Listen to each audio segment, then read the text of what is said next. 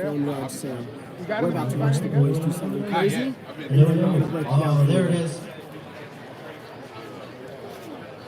Hey guys, in just a few minutes, we're going to start the Behind the Stunts panel, and we're going to talk about how to film fights, and we're going to see our guys over here do a little demonstration for us. So make your way over here if you guys want to view the Behind the Stunts panel.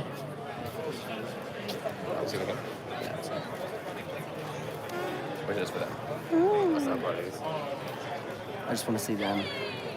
And then, honestly, if you want to, just back and forth, once they do the demonstration, you can honestly do like a little bit. You live. What's up, producer Bobby? Oh yeah, 11 o'clock, let's get it.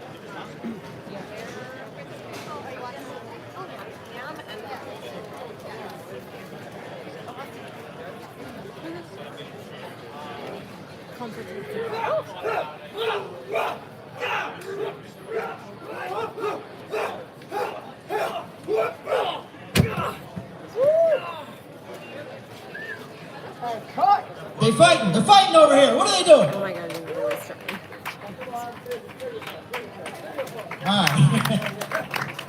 Alright, you guys want to see it one more time if you missed it? Yes. You guys down to do it again? Yes. Alright. And take two. Alright, Stunts, you said? Alright, here we go. Ready, and action!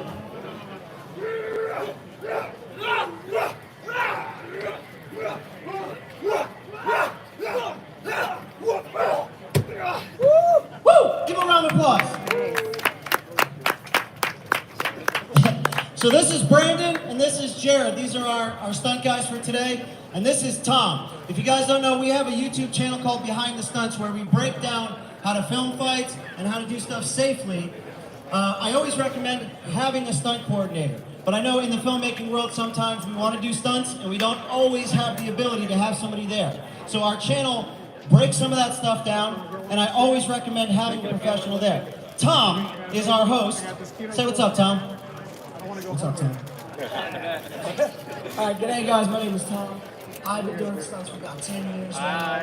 I started in Australia, and now I'm here. Been here for the last like 7 or 8 years. Ran into these guys. We've got some awesome friends over at Apex Studios as well. So if you want to learn some of this stuff, go check them out. They have a store just over there. But yeah, so very fortunate enough to be able to do this stuff with this crew. So what we're going to do is we're going to break down for you guys how we would film this. So how many people here are cam ops? How many people have shot film or shot a stunt scene or a fight scene? Right? So what we're going to break down for you, if you can get our stunt guys over here. Now what we like to do on something like this is we would normally have a nice wide. Everybody knows that we want to start with a nice wide. We put a little dynamic movement in our wide. So what we would do is we would find the moment that we're going to need our overlap. So as they walk through it, right, they start action, boom, boom. As we get to what we called our arm drag, this allows us to switch around. In fights, a lot of people, and pause, a lot of people worry about jumping the line, right? Oftentimes we don't have to worry about jumping the line, or we can cross the line in the fight. So on our wide, what we would do is we would have them go to this point, and then we would wipe to get on this side, because the next set of punches really sell from this angle. And oftentimes we can jump from, let's say, our 14 or our 21, we can jump over to a 50 or an 85. Long lens, we can get a little bit farther back, right? So going back to the arm drag, what we would do is we would start on this side over here. Nice and slow, guys, ready, and action, boom, boom, right? I wipe to this side. Now, our overlap moment is from this side. So we would take our 50 or our 60 and we would jump across as we do the arm drag. So go back one more time. Our overlap moment is we go, ready, 3, 2, 1, action. I take my 50, I wipe off his back. In our edit, that would give us a seamless transition to jump to a tighter lens. And then we get a nice bokeh in the background with our lighting and everything else like this. Now, as they continue, the reason we jumped over here like this is because what we want to see is we want to have a nice wreck in here. So he hits him once here. he hits him in the stomach. This stomach punch sets our stunt guy up in a loaded position so that he can deliver this nice high flat back, or taco is what we call it, right? So, as he's prepped, what we would do is if we have an actor and we have a double, we would shoot from back over here, right? And we can go low, we can go high, but we want to see this crash cam. So we would go, Brandon, you get to take the rec? We would go, here we go, 3, 2, 1, action. Boom. So we can see Brandon wreck from this side, and we can get our actor's face, because our actor is capable of throwing an uppercut, and we want to get his face in this. Now, we get our actor in, he squats down, and we shoot from this side. And all we have to do is have our actor just fall into the frame, so we're seeing his face. Ready, 3, 2, 1, boom. Actor falls down. Now we're getting this coverage, right? So starting from the top, you have a lot of options here where you can start on the wide. What I recommend, one of the things that'll set us back in filming a fight is coverage. Believe it or not, coverage tends to be the enemy in a fight. If we're going to get coverage, it's because we want to see the actor's face, right?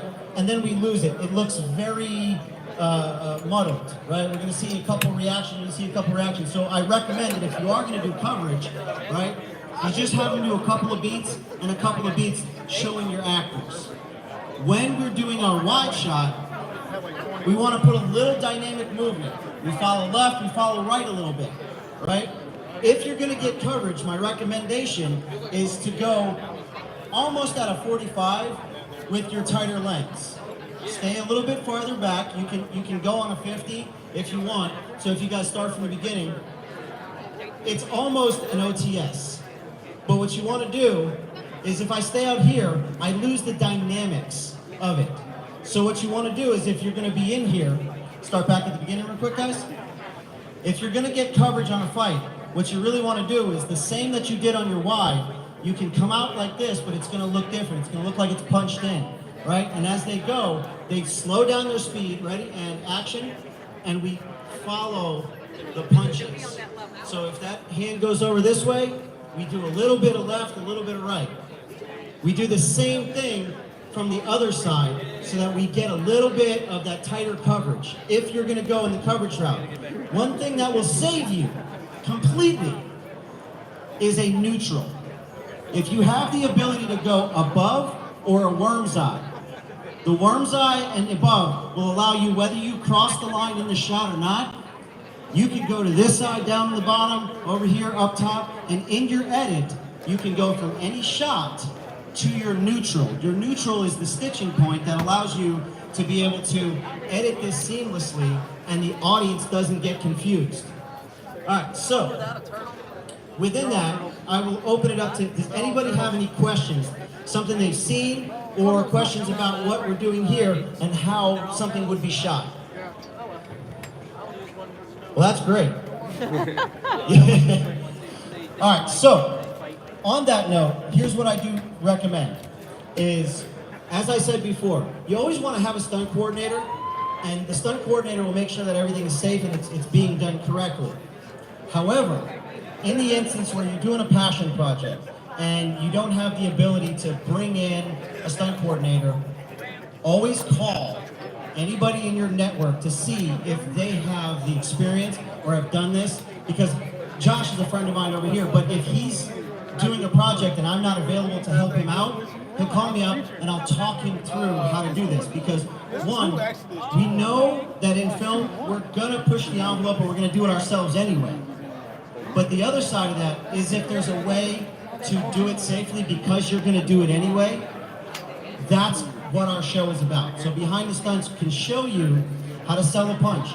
And that's the next thing that we'll get into, is depending on your camera. If the camera is high, their punches are gonna sell a little lower. If the camera is low, then they're gonna go higher for the eyes, because otherwise, when you have a nice high angle like this and he's punching where it belongs, it looks like he's punching him in the forehead, right? So keeping those things in mind. It's very weird. Yeah, it is a weird dynamic. So if you come back over here, right? The reason that we chose this side is because if you watch the punches that they're doing, right? So here we go, and action. He blocks here, blocks here. Well, you went from the beginning. I was talking about his after arm drag, but that's okay. So swap, right? So if you see the punches that Jared is going to throw, the reason they sell from this side, this block sells, this punch right here, stacked, and that's what we want. Now there's a line, there's an invisible line, it's right over here. If we don't see that punch cross this line, it doesn't read on camera very well, right? So if he did a straight punch versus a hook punch, right? Now, so he would come on this side. There's this gap right here. So this, oftentimes in choreography, we'll always pick a nice wide punch when we're stacking this way. Otherwise, Jared has to shoot his body this way to do a straight punch this way. So shift that way, and then he's got to come across in order to do a straight punch like that. So we want nice wide punches, right? When he gets to his second punch, he did his hook, right? This stacks here. This punch sells from this side as well, and it loads him up. Now this uppercut is much easier to sell from this side because I'm back over here, and all he has to do is cross this line right here. So in punching, there's always the invisible line that you want to make sure that you're crossing. Now, if you've seen, there's Apex Entertainment right over here. They have a wonderful facility, right? This is Liz. Apex Studio is a place where you can learn some of this stuff. They do stunts, they do seminars, and Diamond Action Design is the other one. At Diamond Action Design, if you wanted to learn how to sell a punch, if you're interested in doing stunts yourself, right? Check out Diamond Action Design and Apex Studios. On that note, I'll open it up to Tom to see if he's got anything that he wants to add, but ultimately, if nobody has any questions, go check out our channel.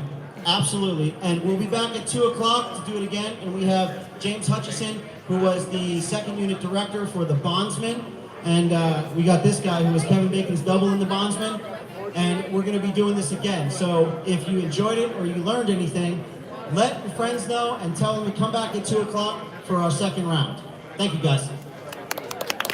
The only thing that I can add to that is kind of what he said. Obviously, we're all going to go out and do this ourselves, but we live and breathe this stuff when we train it. So if you have the ability to, or if you can call upon favors, I can promise you some stunt people, we always love performing, we always love creating. So as many times that I'll go out and do a passion project with some friends, I'm like, you know, absolutely, I'd love to do that. And these guys are the same, and a bunch of people that show up at Apex and Diamond are the same way. So if you can, always try to call upon your stunt performer friends, because, you know, we love moving, and sitting around doing nothing kills us like the rest of us. So that's all I can add to that, but yeah, thank you guys so much. We got a QR code if you want to scan it for our... We have a QR code if you want to scan it for our YouTube channel. Great, thank you. Oh, there it is.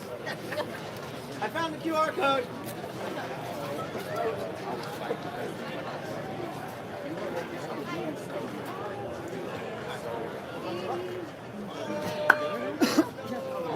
Yeah, I've been doing it with probably since you started.